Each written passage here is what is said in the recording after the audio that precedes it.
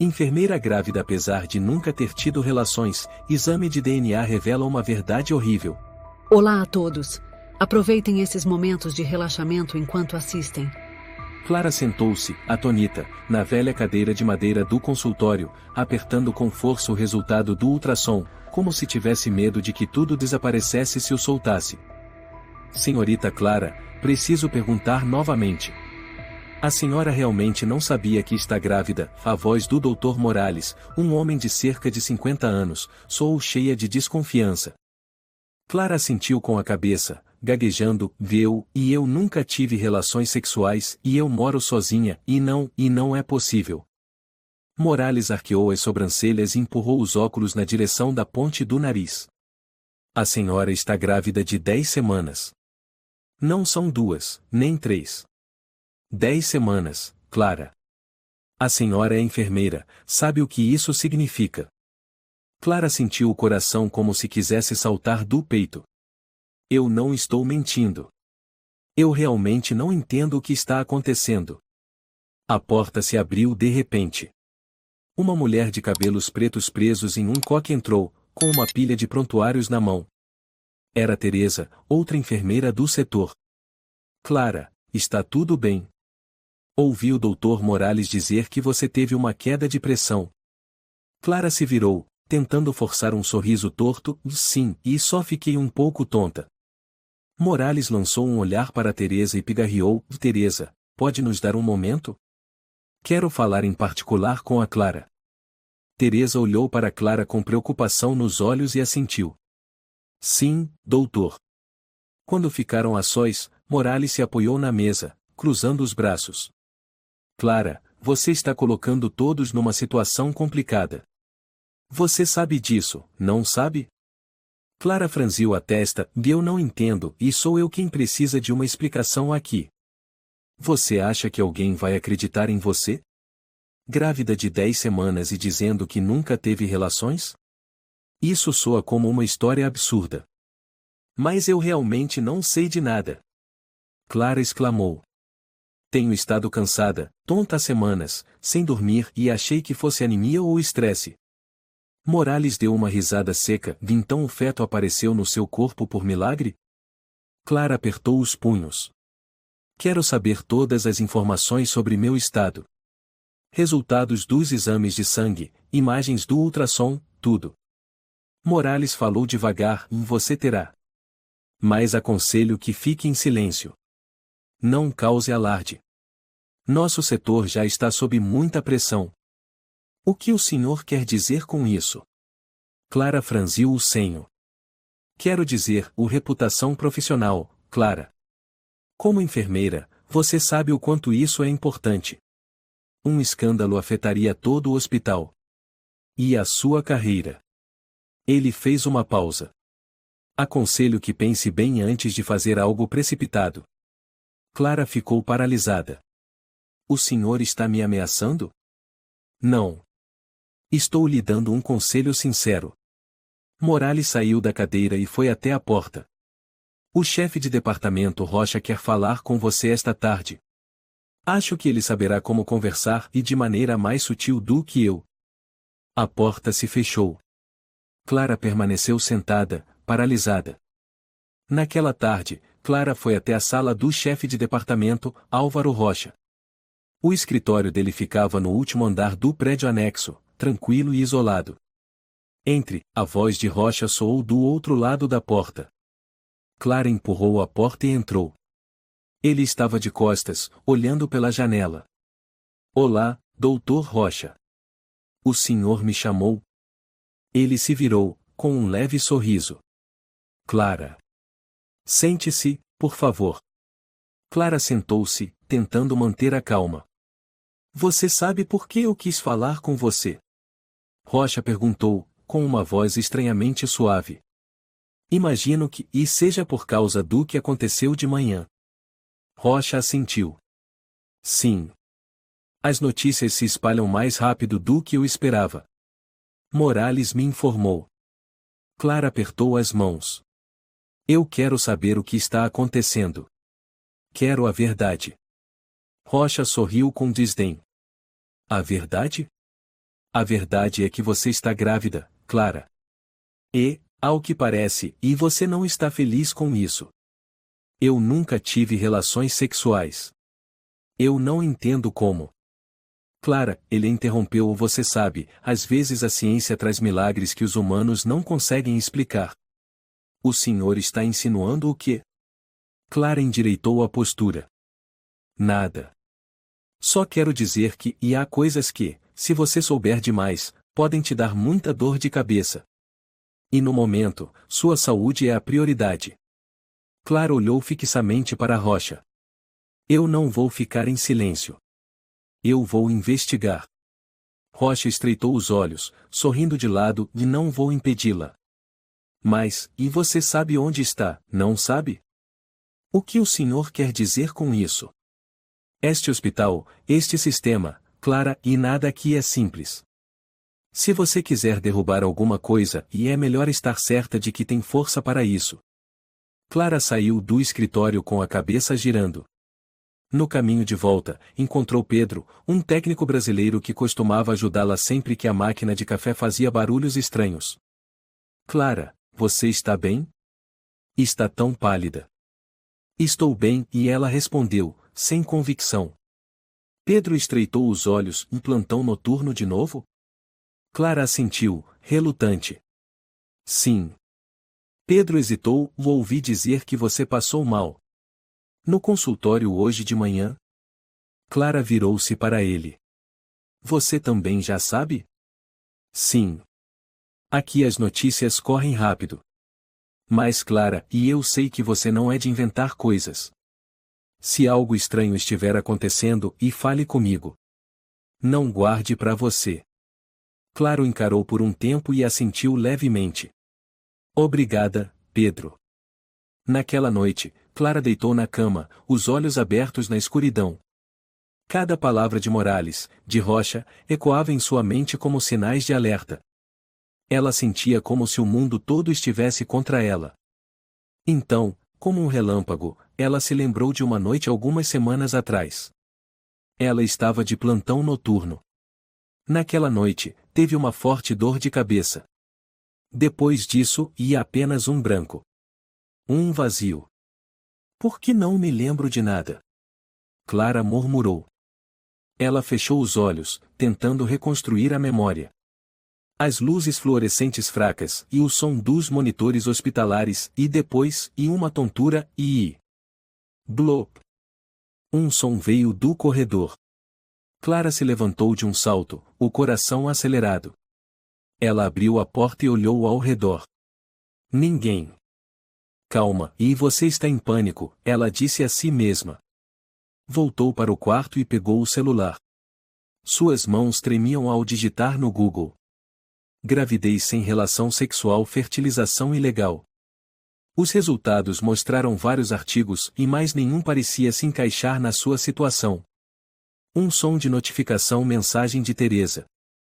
Teresa, ouvi dizer que você está passando por algo. Se precisar, estou aqui. Não confie totalmente nos médicos. Eles nem sempre são os bonzinhos. Clara olhou para a tela e suspirou. Obrigada, Teresa, e ela murmurou, os olhos escurecendo. Dentro dela, uma pequena chama começava a arder. Clara, ainda não dormiu? A voz de Teresa soou ao telefone, com um toque de preocupação. Clara pressionou o telefone contra a orelha, ainda encarando o teto escuro. Não consigo dormir. Já se sentiu como se estivesse sendo controlada? Teresa ficou em silêncio por um instante. Você está falando sobre o bebê? Você não acredita em mim, né? Não quero dizer que acredito ou não. Mas você é uma pessoa honesta. E se você afirma que não teve relações, e então eu acredito em você. Clara suspirou profundamente. Eu lembrei daquela noite, a noite em que desmaiei. Desmaiou? Quando? 3 semanas atrás. Eu estava de plantão no 5º andar, na sala de descanso das enfermeiras. Tive uma dor de cabeça terrível e depois não lembro de mais nada. Quando acordei de manhã, havia um pequeno hematoma sob meu braço. Hematoma? Parecia uma picada de agulha. Muito pequena. Achei que fosse um mosquito e não dei importância. Mas agora, só de pensar e fico arrepiada. Teresa ficou em silêncio por um momento, depois disse: Você já fez exame de sangue? Estou pensando em fazer. Mas não aqui. Não confio mais neste hospital. Inteligente da sua parte. Clara desligou o telefone, sentou-se rapidamente e pegou a mochila. Retirou um pequeno tubo de ensaio, tirou sangue venoso e o colocou numa bolsa térmica. 2 dias depois, Clara foi a um laboratório particular nos arredores de São Paulo. Lá, encontrou-se com uma mulher chamada Beatriz, especialista em biologia molecular, conhecida de Teresa. Preciso confirmar o DNA do feto e comparar com o meu. É possível fazer isso? Beatriz a encarou por um longo tempo e depois assentiu. É difícil, mas não impossível. Você tem alguma amostra do tecido fetal? Beatriz não perguntou mais nada, apenas assentiu em silêncio. Vou te ligar quando tiver o resultado. 4 dias depois. O telefone vibrou. Clara atendeu, tentando manter a calma. Clara, aqui é a Beatriz. Você está sentada? Clara assentiu, mesmo sabendo que do outro lado ninguém podia ver. Fiz o exame 3 vezes. O resultado foi o mesmo. O feto não carrega nenhum dos seus genes. A garganta de Clara ficou seca. Não pode ser. Clara, o bebê não tem nenhuma relação biológica com você. Você não é a mãe genética. Clara murmurou como quem sonha. Então, e o que ele é? Beatriz respondeu lentamente: é o resultado de uma fertilização in vitro. E depois, foi implantado no seu corpo. Não. Isso não é possível. Clara gritou, com lágrimas escorrendo. Beatriz falou suavemente: Você precisa denunciar isso à polícia. Clara balançava a cabeça sem parar. Não. Eles não vão acreditar. Só tenho minha palavra. E o hospital, e pode encobrir tudo. Beatriz hesitou: Posso guardar a amostra do exame, caso precise no futuro. Mas, e tenha cuidado, Clara.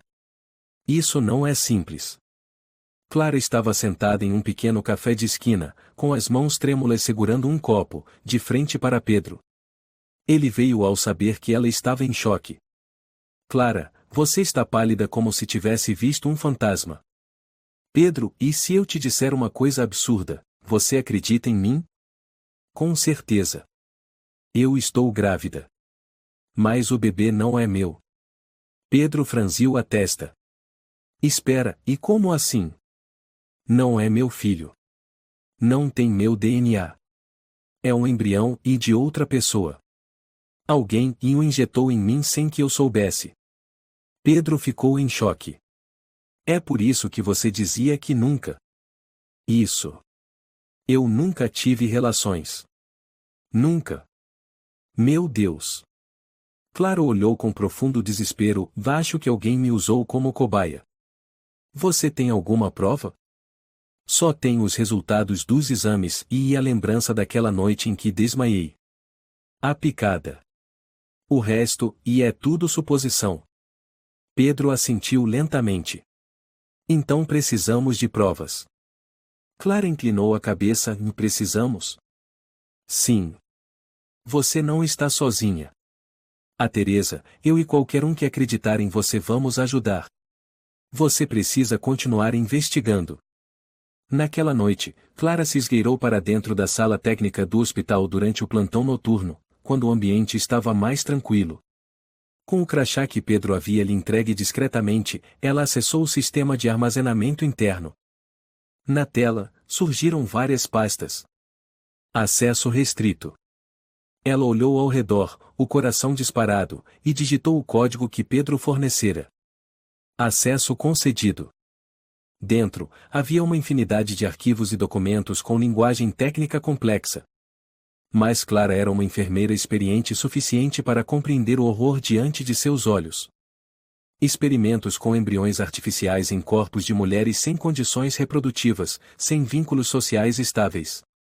Todas as informações devem ser mantidas em sigilo absoluto. Não divulgar publicamente. O embrião deve ser implantado durante estado de inconsciência da paciente, utilizando sedativos leves. Evitar deixar marcas visíveis na pele.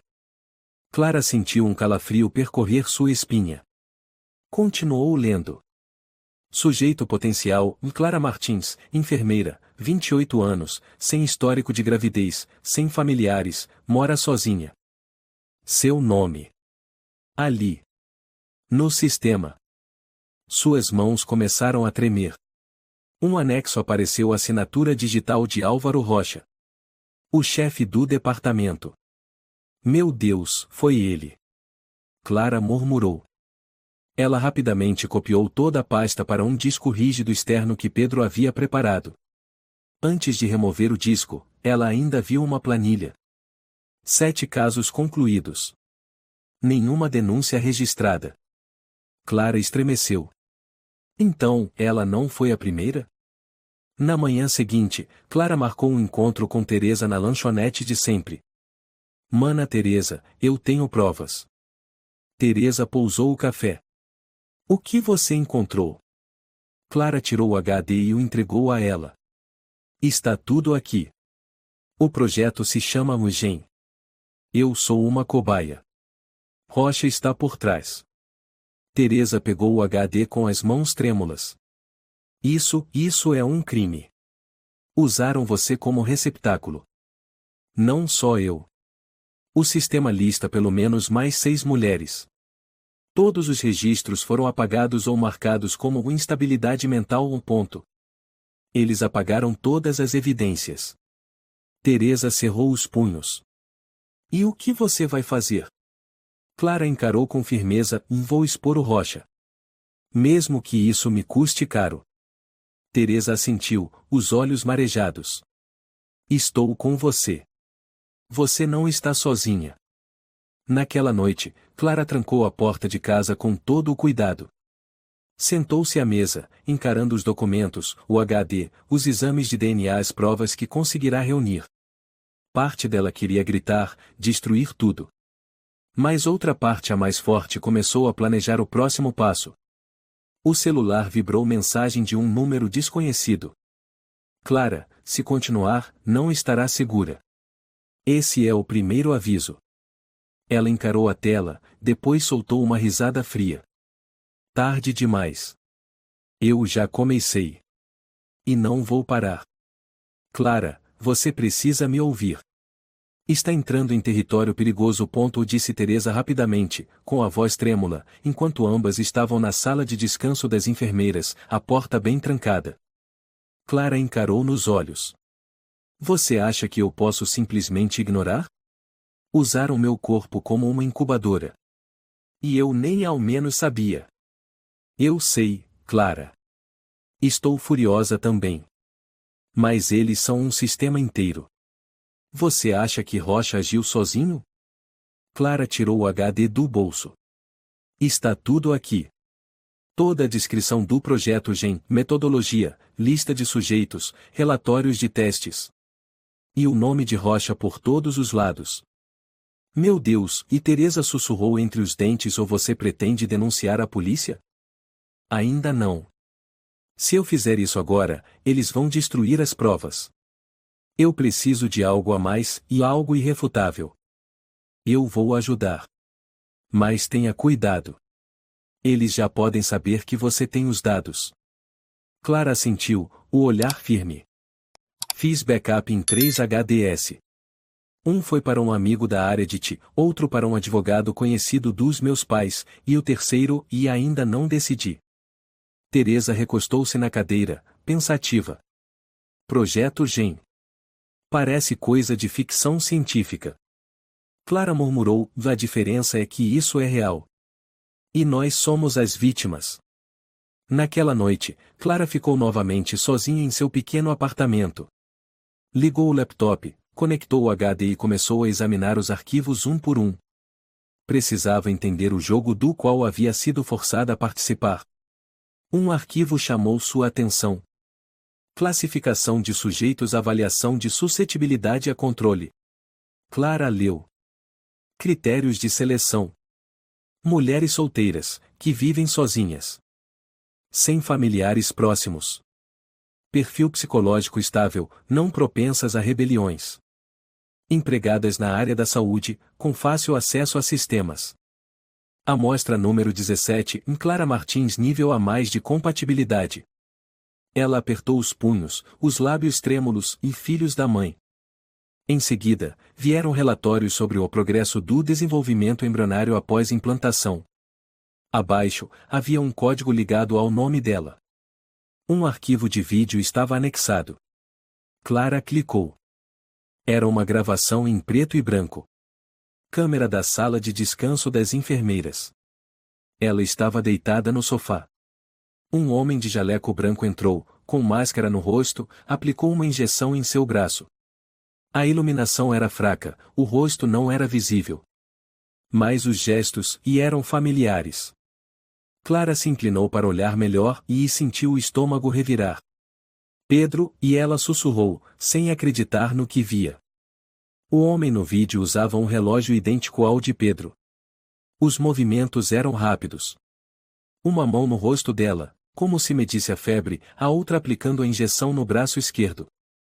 Ela imediatamente pegou o celular e mandou uma mensagem para Teresa.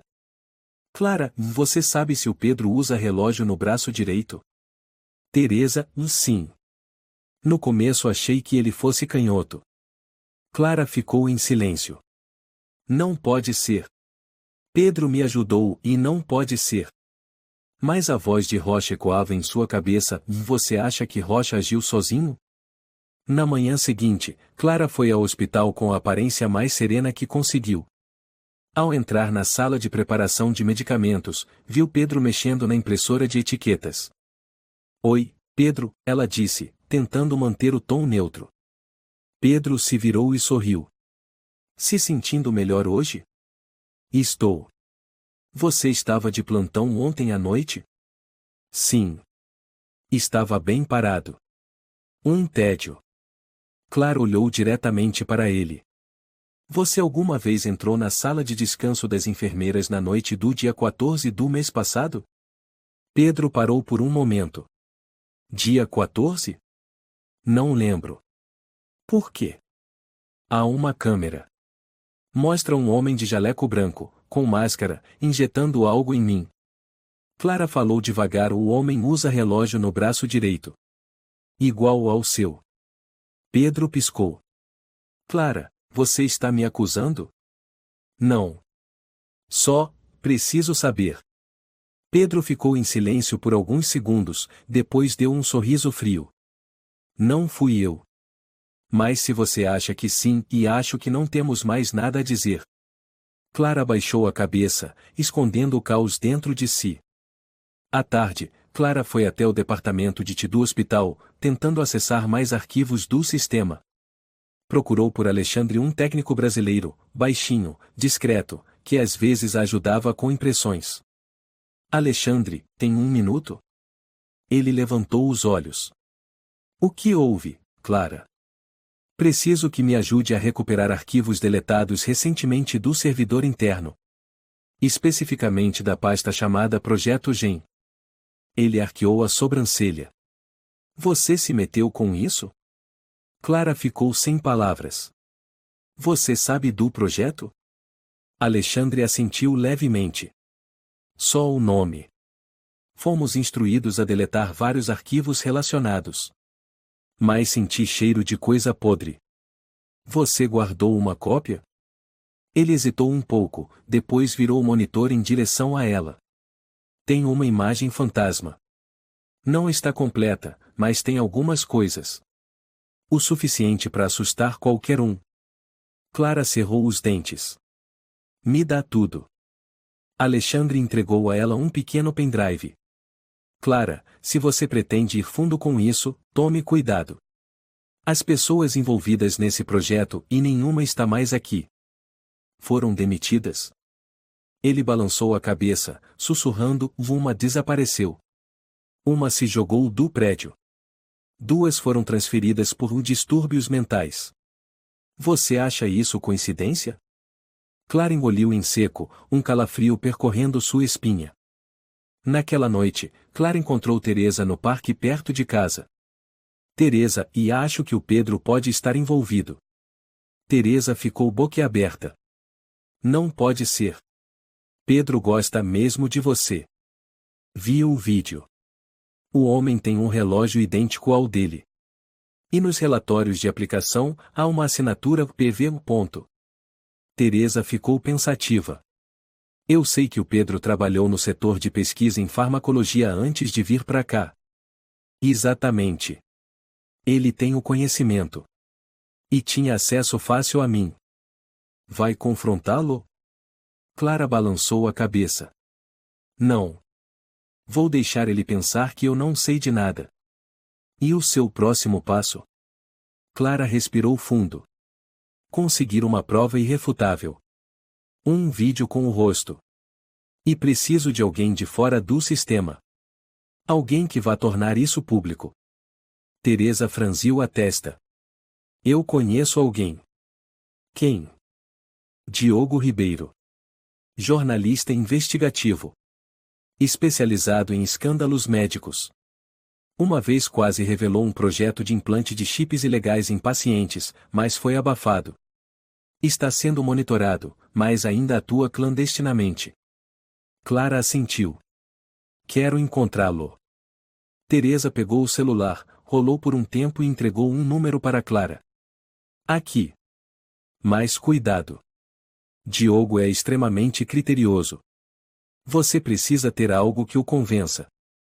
Vou entregar tudo a ele. Vídeos, dados, exames e o relato de uma sobrevivente. Teresa apertou a mão de Clara. Você é corajosa. Mas não se deixe destruir. Não vale a pena. Clara sorriu com amargura. Se eu não lutar, outras dezenas serão transformadas em incubadoras humanas. Ao chegar em casa, Clara ligou o laptop. Na tela, seu rosto refletido no vidro pálido, abatido, mas com os olhos em chamas. Ela abriu o Word e começou a escrever o diário da investigação. A primeira linha. Meu nome é Clara Martins. Estou grávida.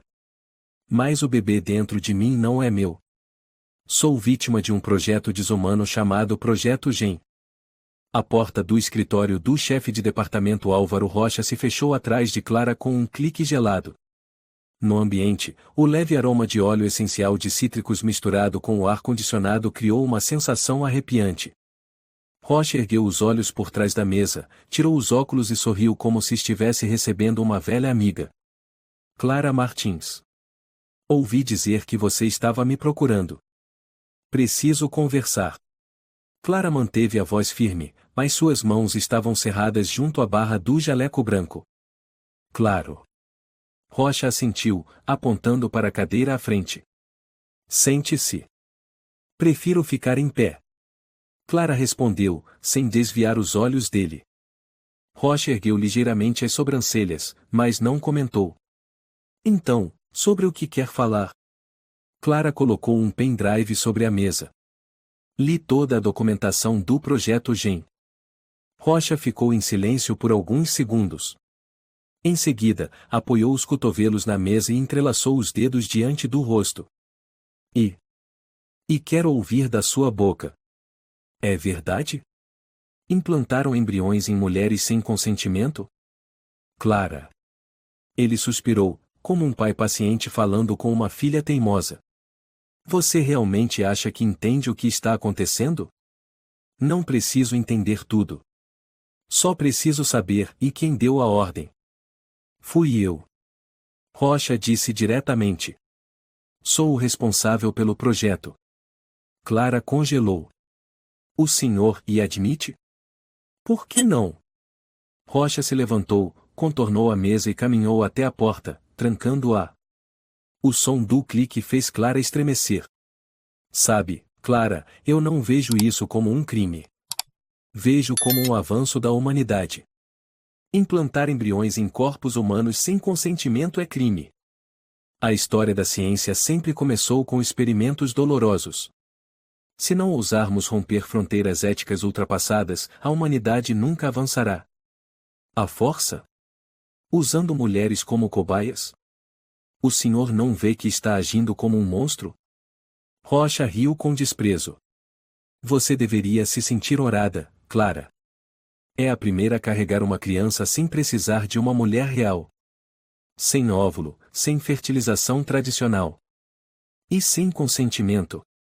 Clara apertou os punhos, a voz quase em grito. Você era a escolha perfeita. Solteira, sem família, sem ninguém que fizesse perguntas. Devia me agradecer por ter sido escolhida. O senhor é um lunático. Clara deu um passo para trás. Rocha permaneceu inabalável. Você não pode vencer, Clara. Tenho todo o sistema nas mãos. Câmeras, prontuários, escalas, registros, tudo pode ser editado. Tenho os dados. Vídeos de segurança. Sua assinatura nos documentos. Essas provas nunca verão a luz do dia. Rocha se aproximou, olhando-a como se estudasse um espécime. Você acha que alguns HDS e colegas no hospital vão te ajudar? Clara, isto não é um filme de Hollywood. Quantas vítimas já foram? 7. Você é a 8ª. Mas é a primeira e curiosa demais. O que aconteceu com as outras? Onde estão? Algumas foram convencidas de que estavam loucas. Outras desapareceram. Algumas se suicidaram. Sabe, Clara, o que importa não é a verdade. É quem a controla. Dessa vez, o senhor não vai escapar. Clara cerrou os dentes, os olhos marejados. Ah, é? Rocha inclinou a cabeça. Quem vai acreditar numa enfermeira que diz estar grávida sem ter tido relações? Tenho provas. Provas podem o sumir. Como sua amiga Marta. Clara deu mais um passo para trás, batendo na mesa. O que fez com a Marta? Rocha sorriu. Eu? Nada. Mas outras pessoas o tomam iniciativas.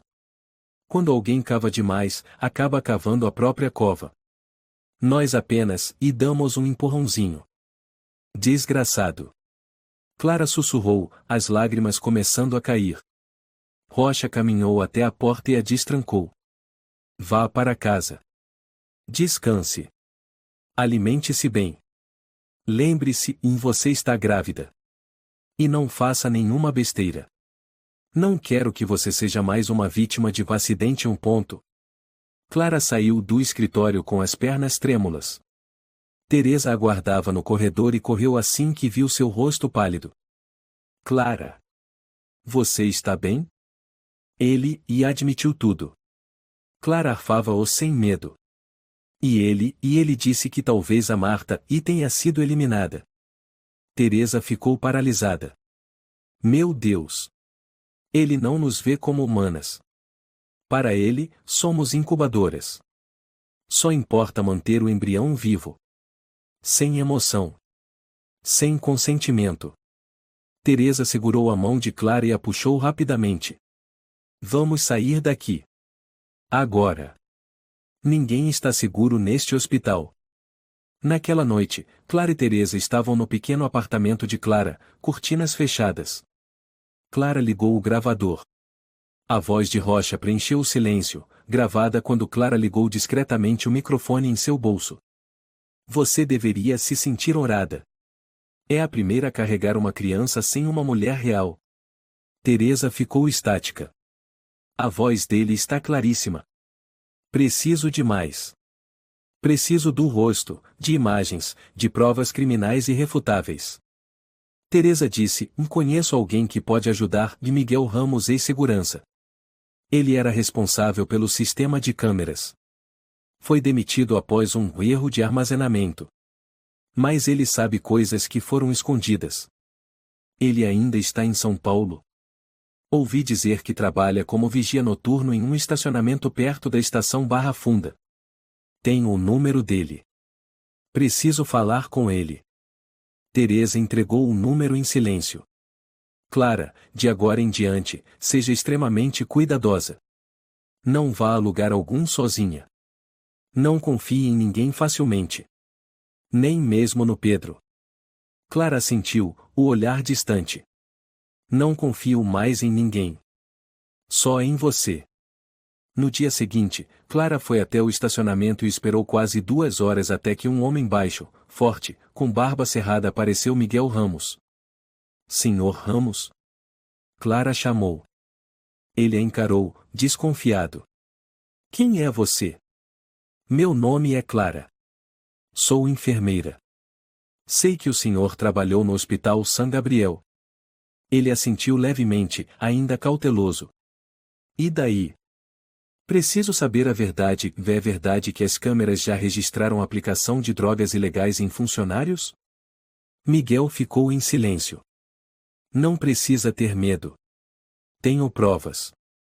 Sou vítima. Estou grávida, mas o feto não tem meu DNA. Miguel olhou ao redor, depois falou baixo, sim. Mas essas imagens foram apagadas. Um dia fui chamado ao RH e fui demitido. Você guardou alguma coisa? Backup? HD externo? Miguel tirou um pendrive do bolso do casaco. Nunca tive coragem de ver. Mas não o apaguei. Pode ter algo lá. Se tiver estômago, leve. Clara pegou rapidamente. Obrigada. Não vou esquecer. Miguel falou rápido. Você está sendo seguida por 2 pessoas. Um segurança chamado Estevão Capanga do Rocha. E Pedro. Clara congelou. Miguel se afastou, deixando uma última frase. Você está tocando em algo que ninguém ousa. Tente sobreviver primeiro. Clara estava sentada na sala escura de seu apartamento. A única luz vinha da tela do computador. O pendrive de Miguel estava sendo escaneado. Ela apoiou a mão sobre a barriga, um nó na garganta. Dentro dela havia uma vida que não era sua, que não foi concebida naturalmente e mais que crescia a cada dia. Um din soou. Na tela apareceu uma pasta I17_03. Ela abriu. Imagens borradas surgiram. Câmera noturna, registrando o corredor do 5º andar. Uma figura empurrava uma maca em silêncio. Jaleco branco, rosto coberto por máscara. Mas a imagem falhava. Trechos corrompidos, interrupções. Clara franziu a testa e retrocedeu. Ampliou a mão da pessoa empurrando a maca. Relógio no pulso direito. De novo esse relógio, Clara murmurou. Pedro ou outra pessoa? Ela removeu o pendrive e o guardou em uma caixa de metal. Antes de se levantar, o celular tocou. Era Teresa. Sou eu, Clara. Disse Teresa com urgência. Eu não consigo falar com a Marta. Clara se sobressaltou. Marta? Achei que ela estivesse em Santana fazendo um curso. Também pensei isso. Mas me ligaram avisando que ela não apareceu. O telefone está fora de área. Acabei de ir ao apartamento dela e... Clara prendeu a respiração. E... a porta estava destrancada. Tudo revirado. Meu Deus!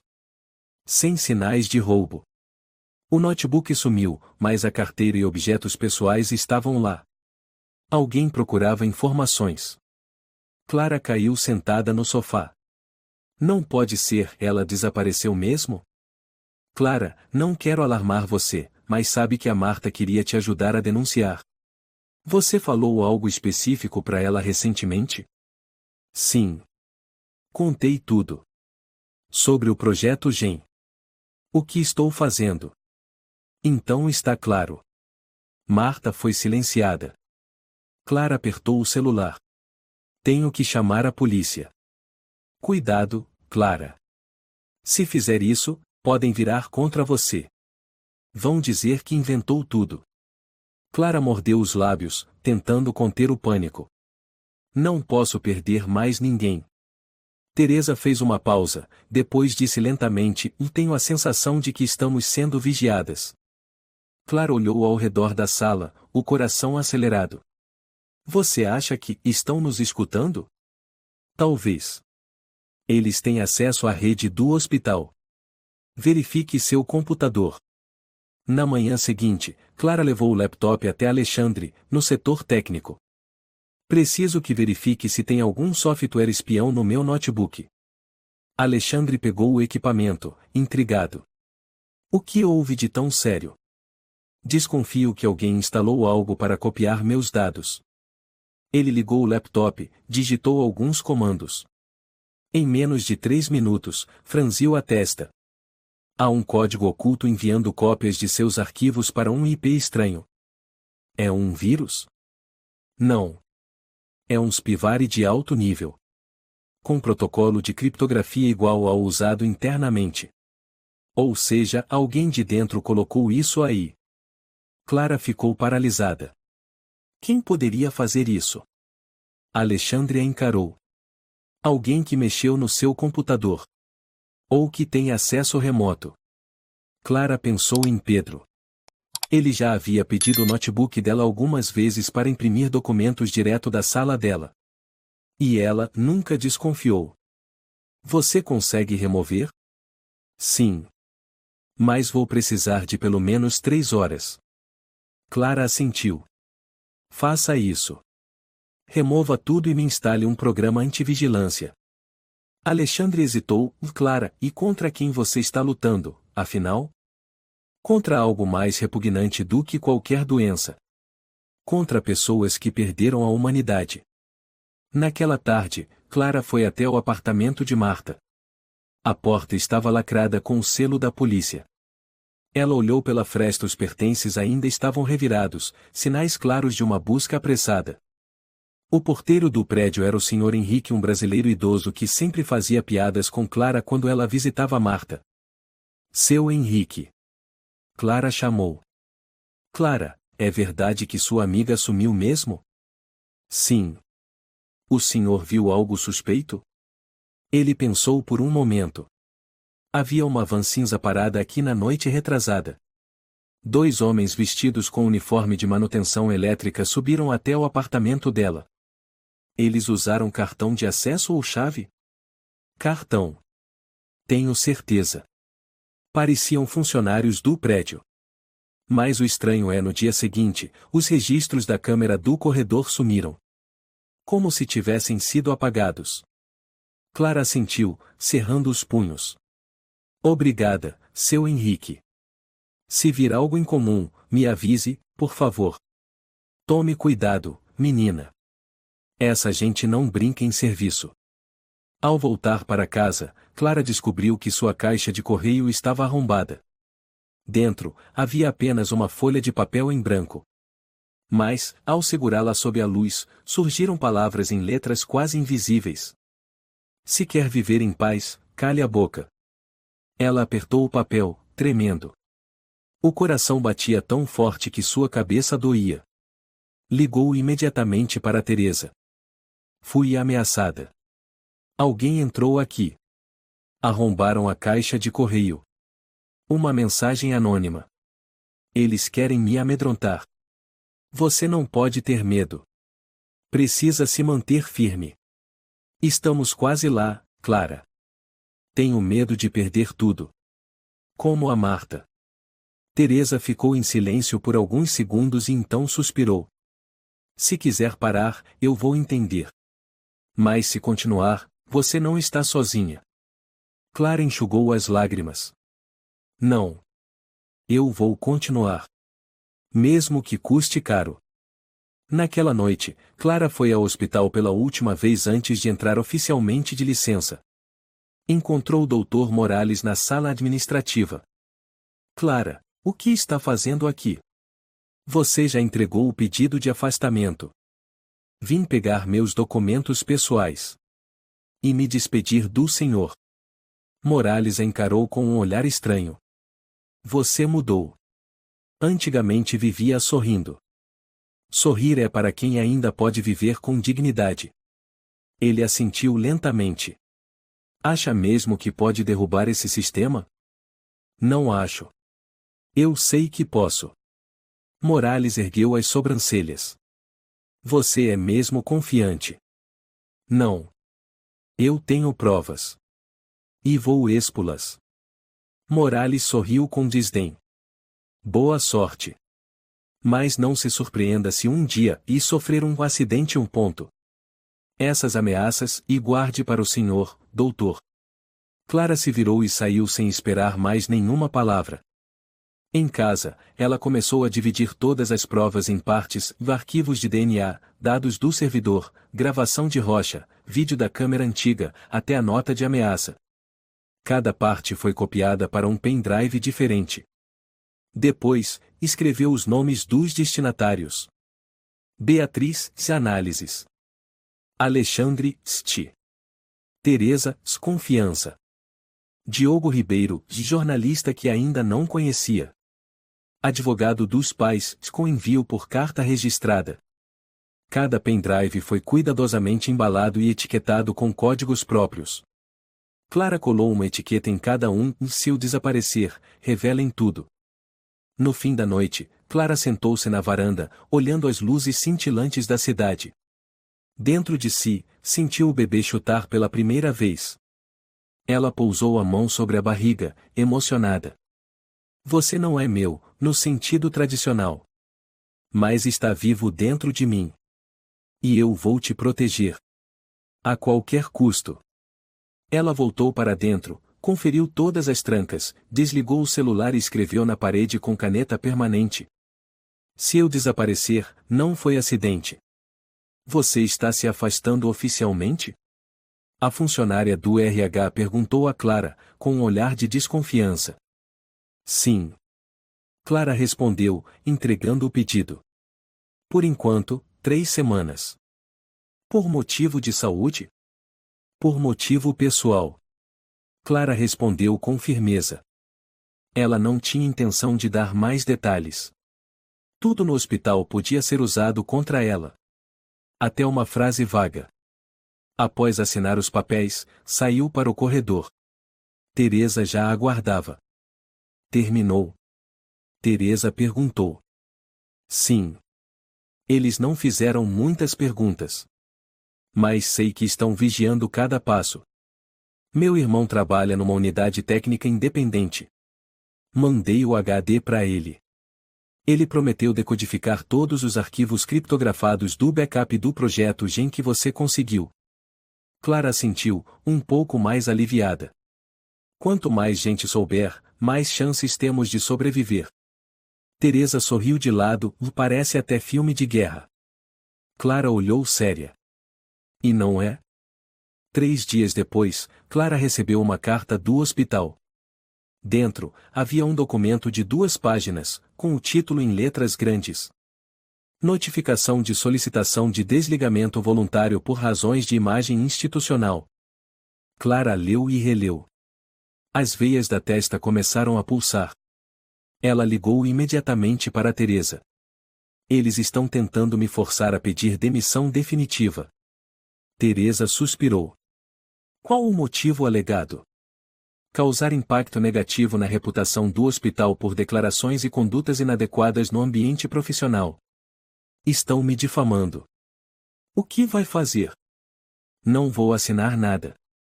Se quiserem me demitir, que apresentem motivo claro. E eu vou gravar tudo. Teresa ficou em silêncio por um momento e então disse: recebi agora o relatório decodificado do meu irmão. Clara se endireitou. Tem novidades? Sim. O projeto GEM tem 3 fases: seleção, implantação, monitoramento. Na parte da seleção, eles usavam um software para extrair dados pessoais de funcionárias, escalas, folgas, perfil psicológico para escolher alvos mais vulneráveis. Clara ficou trêmula. Ou seja, e não era só medicina. Era vigilância de dados também? Exato. Você estava sendo monitorada antes mesmo da aplicação. Me sinto como uma mercadoria caçada. Teresa disse rapidamente: tem outro nome na lista, de Natália Lisboa. Ela também foi enfermeira. Pediu demissão alegando o colapso nervoso. O prontuário médico disse um delírio. É assim que eles apagam rastros. Clara respirou fundo. O assassinato social, sem precisar matar. No dia seguinte, ao entrar em casa, Clara percebeu que o trinco da porta estava danificado. Por dentro, Tudo estava bagunçado. Instintivamente, ela recuou e começou a tirar fotos com o celular. Uma única foto fora arrancada da parede, uma imagem dela com Marta no dia da formatura. Os pedaços da moldura estavam no chão. Ela olhou para a mesa, a caixa de metal com o pendrive reserva havia sumido. Clara apertou os punhos. Estão nos esvaziando. Ela ligou para Alexandre. Alexandre, invadiram meu apartamento. Tem como descobrir quem acessou meu notebook remotamente? Sim, mas preciso ir até aí. É possível que tenham instalado um novo spyware. Te passo o endereço em 10 minutos. Clara desligou e em seguida ligou para Teresa. Você ainda está com o pendrive que te dei? Está na casa da minha mãe. Está seguro. Levaram o meu. Eles sabem que estou ultrapassando o limite permitido. Teresa disse baixinho, acho que tem alguém de dentro vazando informações. Quem você acha que é? Pedro. Você ainda não descartou ele, não é? Clara ficou em silêncio por alguns segundos. Quero acreditar nele. E se for ele o que está te apunhalando pelas costas? Preciso ter certeza. Naquela tarde, Alexandre chegou ao apartamento de Clara com o notebook. Trouxe um detector de sinal. Desligue todas as conexões de rede. Clara obedeceu. Após alguns minutos rastreando sinais, ele franziu a testa. Tem um dispositivo estranho emitindo Bluetooth fraco. Está atrás da geladeira. Ambos puxaram o eletrodoméstico. Um pequeno aparelho preto caiu no chão, um gravador clandestino. Clara ficou gelada. Estavam me ouvindo até na cozinha? Não só isso. Alexandre entregou a ela um relatório impresso. Tem um IP que acessou seu notebook a partir do hospital. O nome do dispositivo é P. Santana 1. P. Pedro Santana? Não posso afirmar com certeza. Mas é uma coincidência e tanto. Clara cravou as unhas na mesa. Chega. Preciso confrontá-lo. Na manhã seguinte, Clara marcou um encontro com Pedro em um café perto do parque. Pedro chegou pontualmente, com o sorriso de sempre. Clara. Quanto tempo? Você está bem? Mais ou menos. Clara assentiu. Você ainda está fazendo o turno da noite no hospital? Sim. Cansativo como sempre. Aconteceu alguma coisa? Clara olhou diretamente. Você já acessou meus dados? Pedro parou. Que dados? Informações pessoais. Escalas. Agenda. Meu computador. Clara, do que você está falando? Vou perguntar de novo, foi você? Pedro encarou por um momento e suspirou. Clara, e você mudou? Está desconfiando de todo mundo agora? Não. Só de quem tem motivo. E qual seria o meu motivo? O nome do seu computador é P. Santana. Esse IP acessou meus dados. Encontraram um dispositivo de escuta na minha casa. Eu quero acreditar que você não tem nada a ver com isso. Pedro ficou em silêncio. No fim, esboçou um sorriso de canto. Talvez alguém esteja tentando me incriminar. Talvez. Clara assentiu. Mas eu vou descobrir a verdade. Ela se levantou, deixando a xícara de café intocada sobre a mesa.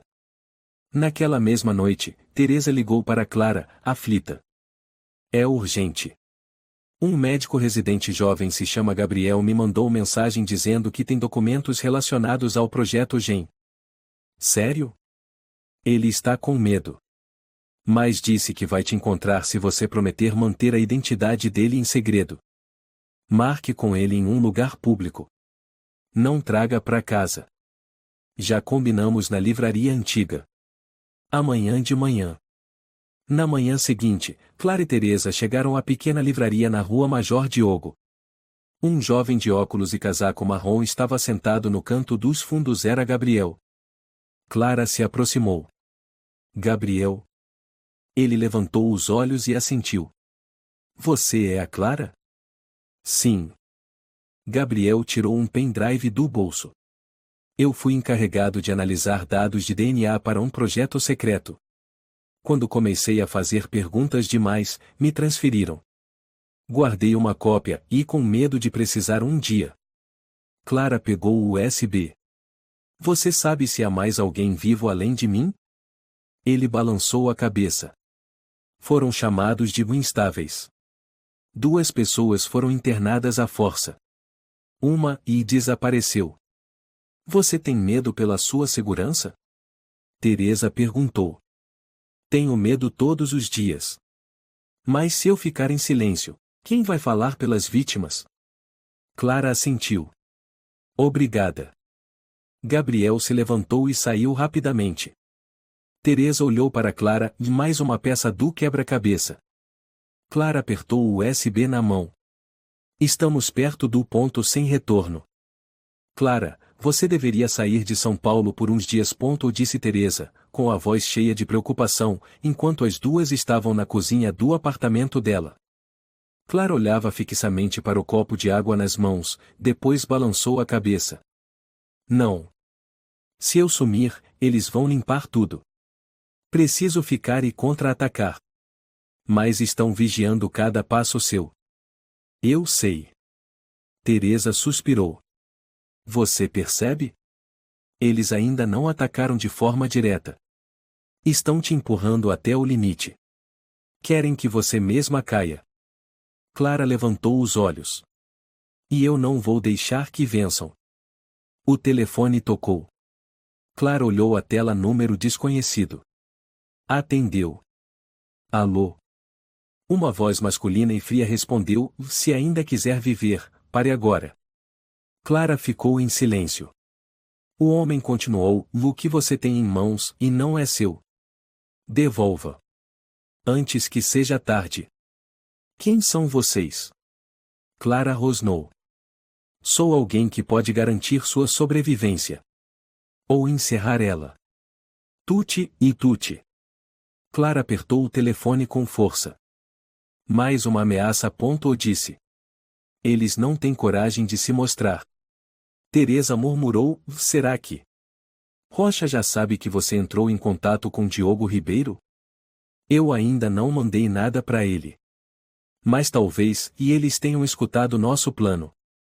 Clara decidiu verificar todos os pendrives restantes.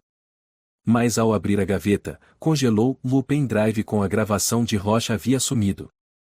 Ela ficou imóvel, olhos arregalados. Não pode ser. Correu até a porta, a fechadura estava intacta. As janelas também fechadas. Sem sinais de arrombamento. Clara olhou para Teresa, você pegou? Não. Nunca toquei nesse pendrive. Clara cerrou os punhos. Alguém entrou sem deixar vestígios. Alguém com chave reserva. Teresa franziu a testa, quem já veio aqui? Alguém próximo o suficiente para você confiar? Clara ficou em silêncio por alguns segundos. Um nome surgiu em sua mente. Pedro. No dia seguinte, Clara foi direto ao hospital. Pedro estava sentado no balcão técnico, analisando prontuários. Oi. Clara disse.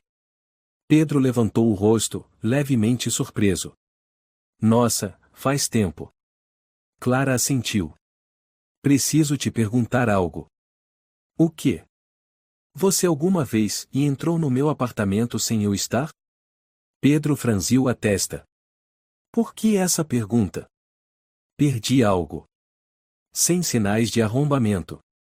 E só pessoas de confiança tinham a chave reserva. Pedro riu, sarcástico. Clara, você acha que eu roubei alguma coisa sua? Quero apenas uma resposta. Pedro se levantou, a voz ficando mais tensa. Eu nunca entrei na sua casa. Se perdeu algo, chame a polícia. Tem certeza? Você não está ajudando Rocha? Pedro cerrou os dentes. Chega. Você sabe que tenho provas. E está tentando impedir que eu siga em frente, não está? Pedro se aproximou, falando baixo, Clara, você está imaginando coisas. Mas devia ter cuidado. Nem todo mundo é paciente para sempre. Clara o encarou. Eu vou expor a verdade. Não importa quem você seja. Naquela tarde, Clara voltava caminhando para casa. Ao virar na viela perto do prédio, notou algo estranho. Havia um carro preto parado ali há 3 dias. Ela parou, fingiu amarrar o cadarço e observou pelo canto do olho. Vidros escuros, não dava para ver dentro. A placa estava borrada. Seguiu andando. Quando entrou no saguão do prédio, olhou para trás, o carro ainda estava lá, e os faróis piscaram uma vez. Clara tirou uma foto do carro e mandou para Alexandre. Clara, pode verificar essa placa para mim? 3625 LRZ. Obrigada. Alexandre respondeu minutos depois. Alexandre, veículo não registrado em nome de pessoa física. Placa pertence à Unidade de Segurança Civil. Pode ser disfarce. O peito de Clara apertou. Naquela noite, ela não conseguiu dormir. Abriu o armário, pegou as últimas cópias dos documentos, a parte descriptografada. Dividiu em 4 envelopes, lacrou e escreveu: se eu desaparecer, entregue a Diogo Ribeiro. Na manhã seguinte, Clara foi aos Correios e enviou os envelopes para 4 destinos diferentes, em casa de Teresa, casa de Alexandre, advogado de seu pai e o e-mail impresso de Diogo. Ao sair dos Correios, sentiu alguém a seguir. Apressou o passo, depois parou de repente e se virou. Um homem de casaco cinza e óculos escuros desviou o rosto imediatamente. Clara rapidamente tirou uma foto. Mandou para Teresa. Clara, você já viu esse homem em algum lugar? Teresa, sim. Ele estava perto do estacionamento quando encontrei Gabriel. Clara apertou o celular com força. Naquela noite, ao chegar em casa, recebeu uma mensagem de número desconhecido. Da próxima vez não será só um aviso. Cuidado ao descer escadas. Ela congelou, olhando para a janela. O vento balançava levemente as cortinas. Alguém conhecia cada passo que ela dava. Clara ligou para Alexandre. Pode instalar um sistema de criptografia avançado no meu celular? E configurar alertas de acesso? Vou aí esta noite. Alexandre chegou com notebook e equipamento. Enquanto instalava, olhou para Clara. Sério, você não pode continuar isso sozinha. Não tenho escolha. Tem, sim. Passe tudo para o Diogo. Deixe que ele cuide do resto. Clara assentiu. Amanhã vou encontrá-lo. No dia seguinte, ao meio-dia, Clara foi até uma cafeteria em uma viela local onde Diogo Ribeiro concordou em encontrá-la após confirmar sua identidade diversas vezes. Um homem de cerca de 40 anos, cabelo levemente bagunçado, olhos intensos e cansados, a observava do canto da sala. Clara Martins, ele disse, em voz baixa. Diogo Ribeiro, ela respondeu, sentando-se. Ele olhou ao redor. Tenho 15 minutos. Trouxe o que eu preciso? Clara colocou um envelope grosso sobre a mesa. Está tudo aí. Dados descriptografados, DNA, vídeo da câmera, lista de vítimas com registros apagados. Diogo abriu e folheou rapidamente. Seus olhos se arregalaram. Você tem ideia do que está segurando? Prova de um crime médico em escala nacional. Ele assentiu. Vou verificar cada parte. Se for real, será o maior escândalo até hoje. Clara abaixou o tom. Não quero fama. Só quero justiça. Diogo olhou, o olhar suavizado. Entendo. Mas justiça às vezes vem com perigo. Você está preparada? Sim. Ele assentiu. Entro em contato quando a matéria estiver pronta. Até lá, não confie em ninguém. Não fique no mesmo lugar muito tempo. E se eu ligar sem dizer nada, fuja de São Paulo imediatamente. Clara concordou. Obrigada. Diogo guardou os documentos e saiu como um fantasma. Naquela noite, Clara estava deitada, abraçando o travesseiro. Dentro de si, o bebê se mexia sinal de vida. Ela sussurrou: mamãe não sabe quem é você. Mas você é prova. Não vou deixar que te tratem como um objeto. O som de buzinas soava na rua. Clara se levantou, trancou todas as portas, apagou as luzes. O dia seguinte poderia ser o fim. Ou o começo. O telefone vibrou às 6 da manhã. Clara o pegou, a voz ainda rouca: alô? Clara, sou eu. Diogo, a voz dele era firme e apressada. Já temos tudo. As provas foram verificadas. Clara pulou da cama. Quer dizer, tudo mesmo? Todos os exames de DNA, as gravações, os dados descriptografados, e especialmente o vídeo entregue por Miguel Ramos. O rosto de Rocha aparece claramente ao lado do leito durante a implantação. Clara apertou o telefone. O que vai fazer? Terminei o artigo investigativo. Vai sair na capa da Folha de São Paulo, hoje às 9 da manhã. A voz dela falhou. Eles já sabem? Tenho certeza que sim. Diogo respondeu.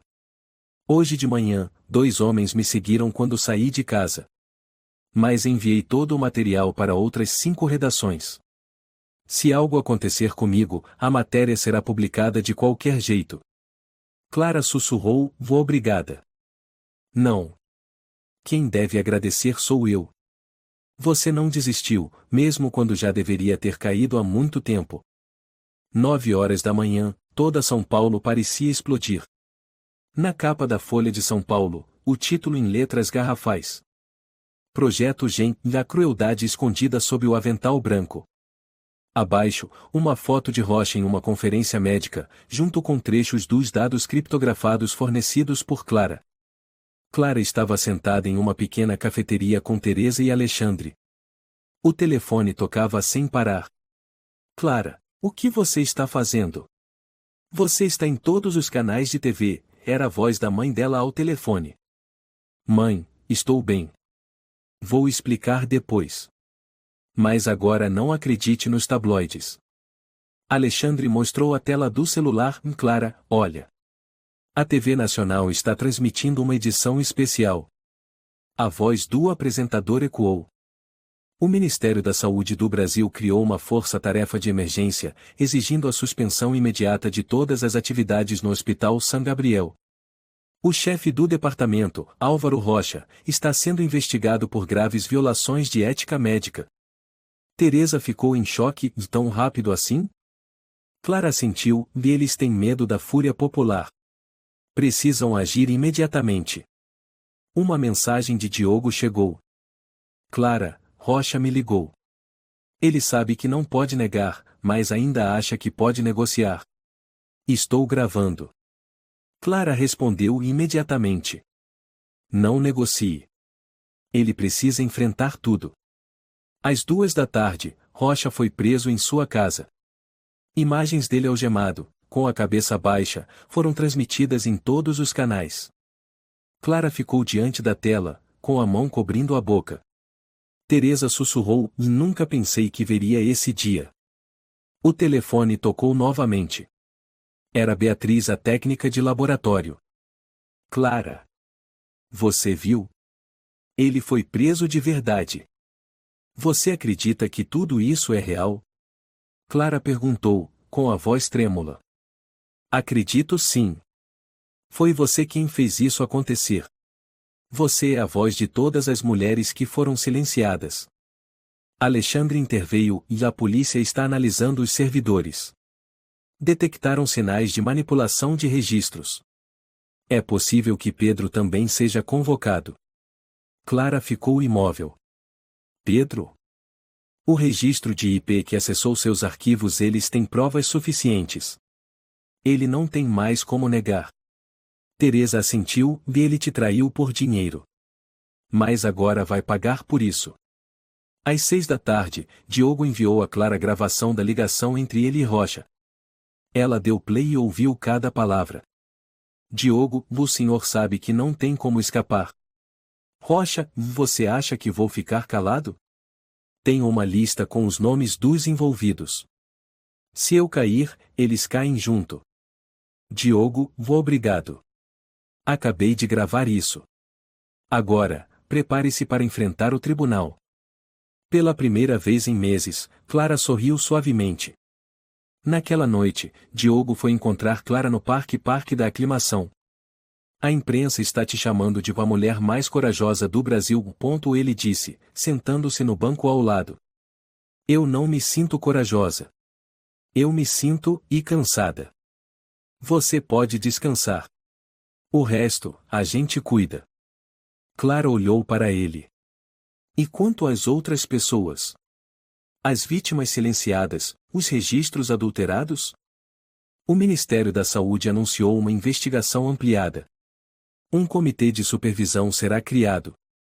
E você foi indicada para ser conselheira de ética. Clara arregalou os olhos. Eu? Sim. Eles precisam de alguém que realmente entenda a dor que as vítimas passaram. Clara baixou a cabeça. Eu não estou pronta. Ninguém está quando começa. Mas você é a pessoa certa. Ela ficou em silêncio.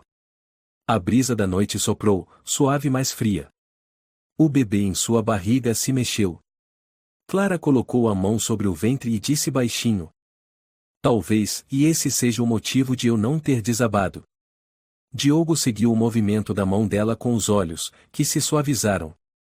Seu filho vai crescer em um mundo mais justo. Por sua causa.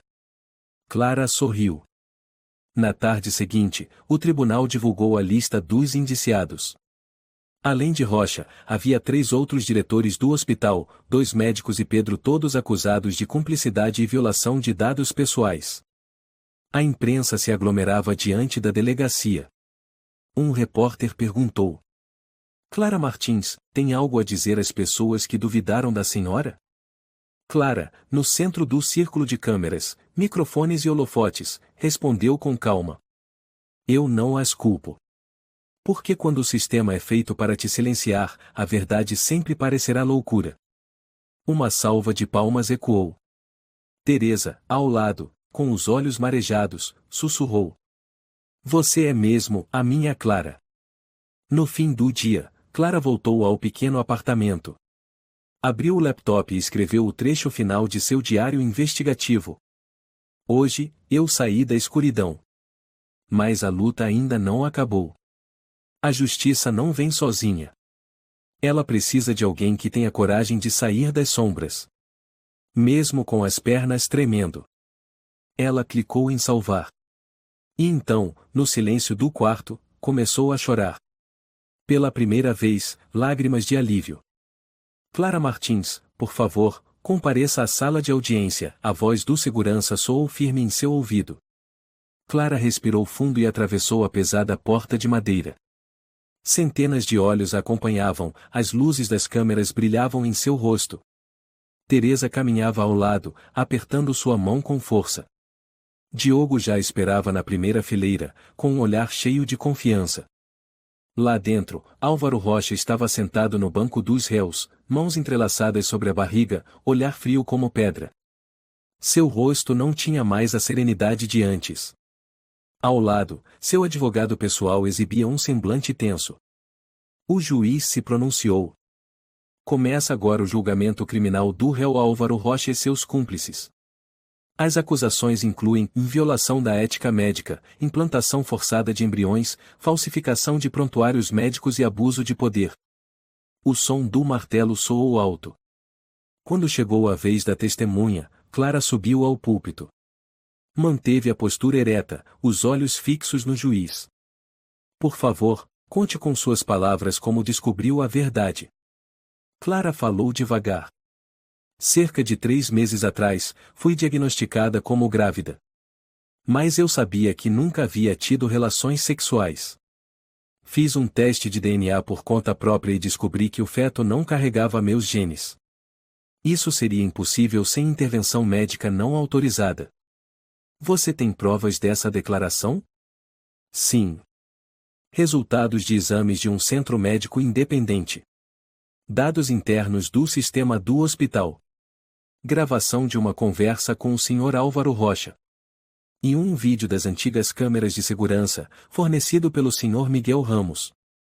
Clara olhou diretamente para Rocha. Ele me disse que eu deveria me sentir honrada por ser o começo de uma nova era. Mas para mim, eu era apenas uma vítima transformada em recipiente. A sala permaneceu em silêncio absoluto. O juiz assentiu. Obrigado, Sra. Clara. Gostaria de acrescentar algo? Sim. Gostaria de dizer que o corpo da mulher não é um laboratório. Ninguém tem o direito de tomar a vida dentro dela sem seu consentimento. A ciência só tem valor quando está fundamentada na ética. Aplausos irromperam nas cadeiras do público. O juiz bateu o martelo, ordem.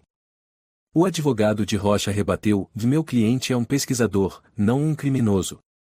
Ele agiu em nome da ciência. O promotor respondeu, agir em nome da ciência implantando embriões artificiais em mulheres sem consentimento? Isso é crime. Não descoberta. Rocha levantou-se bruscamente. Ela foi voluntária. Clara sabia de tudo desde o começo. Ela só está fingindo ser vítima. O juiz bateu o martelo novamente. Réu, silêncio. Clara se levantou com calma. Tenho diários, correspondências e prontuários médicos que provam que eu não sabia de nada. O que ele diz é o desespero de alguém que perdeu tudo. O julgamento durou 3 dias. A cobertura da imprensa foi intensa. Dezenas de mulheres começaram a se pronunciar, haviam sido pacientes em instituições ligadas a Rocha e passaram por sintomas semelhantes aos de Clara. Uma investigação médica nacional foi iniciada. E então, na manhã final, o juiz leu a sentença. Com base em todos os documentos, depoimentos, provas verificadas pela perícia forense e parecer do Conselho Nacional de Ética, este tribunal declara: réu Álvaro Rocha, 26 anos de prisão, cassação definitiva do registro profissional, e proibição vitalícia de atuar em qualquer atividade médica. Os demais cúmplices, incluindo médicos residentes, chefe de seguranças envolvidos, recebem penas de 10 a 18 anos de prisão. Pedro Santana, 12 anos de prisão por cumplicidade, violação de privacidade, invasão de dados e participação em práticas médicas ilegais. A sala explodiu em suspiros de alívio. Teresa abraçou Clara com força. Você conseguiu, sussurrou. Clara fechou os olhos, sem conseguir dizer uma palavra. Do lado de fora, os jornalistas cercavam a saída. Diogo se aproximou para ajudar Clara a sair do tumulto. Todos estão esperando por você. Mas se quiser, posso falar em seu lugar. Clara balançou a cabeça. Não. Eu quero falar. Ela subiu na tribuna da imprensa, olhando diretamente para dezenas de câmeras. Eu não sou uma heroína. Sou apenas alguém que foi levada ao limite e decidiu não se calar. Mas eu acredito que, se uma pessoa se levantar, outras 10 virão junto. Uma repórter perguntou, você vai ficar com o bebê? Clara assentiu. Sim. Mesmo sem compartilhar meu DNA, é uma vida pela qual lutei. É a esperança. A repórter, com a voz embargada, obrigada. Uma semana depois, Clara foi convidada à sede do Ministério da Saúde. O diretor de Ética Médica Nacional apertou sua mão. Senhora Clara, gostaríamos de convidá-la a integrar o Conselho Consultivo de Ética em Pesquisas Biológicas. Clara, surpresa, eu sou apenas uma enfermeira. Mas foi você quem teve coragem de dizer a verdade, quando ninguém acreditava. Isso é o que a medicina moderna precisa. Clara refletiu, depois assentiu, eu aceito. Mas direi a verdade, mesmo quando ninguém quiser ouvir. É por isso que escolhemos você. 1 mês depois. Clara segurava o bebê recém-nascido nos braços, sentada no apartamento banhado de luz. Teresa estava ao lado, com uma xícara de chá, sorrindo com ternura. A menina parece com você, sussurrou Teresa. Não se parece nos genes, mas no espírito, respondeu Clara, olhando para a pequena que dormia tranquilamente. Diogo bateu a porta, entrou com a edição mais recente de uma revista médica nas mãos. Você está na capa, ele sorriu. Sério? Não pelo caso. mas pelo discurso que você deu no Congresso Europeu de Ética Médica. A plateia inteira se levantou para aplaudir. Clara sorriu levemente. Só disse a verdade. Às vezes, a verdade é o presente mais corajoso que alguém pode oferecer, respondeu Diogo. Naquela tarde, Clara levou a filha para passear no Parque da Aclimação. Passantes a reconheciam, sorriam, acenavam. Alguns diziam, você foi corajosa, Clara. Outros apenas colocavam a mão sobre o peito, como forma de dizer, somos gratos. Uma garotinha correu até ela, oferecendo uma rosa. Você é uma pessoa boa. Clara se abaixou para aceitar. Obrigada, querida. Ela olhou para o bebê no carrinho e sorriu. Nós sobrevivemos. E agora, vamos viver de verdade. O vento soprou suavemente, trazendo o cheiro familiar de flores de laranjeira. Mas desta vez, não era o perfume do escritório de Rocha. Era o perfume da liberdade. Ela segurou a mão da filha e seguiu caminhando por uma estrada cheia de sol e aplausos. A história de Clara destaca que a justiça não nasce do silêncio, mas da coragem de dizer a verdade. Diante da injustiça, mesmo solitários e ameaçados, se mantivermos a fé e recusarmos nos calar, podemos provocar grandes mudanças. Clara não apenas se protegeu, ela abriu uma porta de esperança para milhares de outras mulheres. A lição é, a verdade pode ser enterrada, mas jamais destruída, basta que alguém tenha coragem de sair da escuridão. Se você gostou desta história, convidamos você a dar um like e se inscrever em nosso canal. Seu apoio nos motiva a continuar trazendo histórias comoventes quase todos os dias. Estamos muito agradecidos pelo seu apoio. Até breve.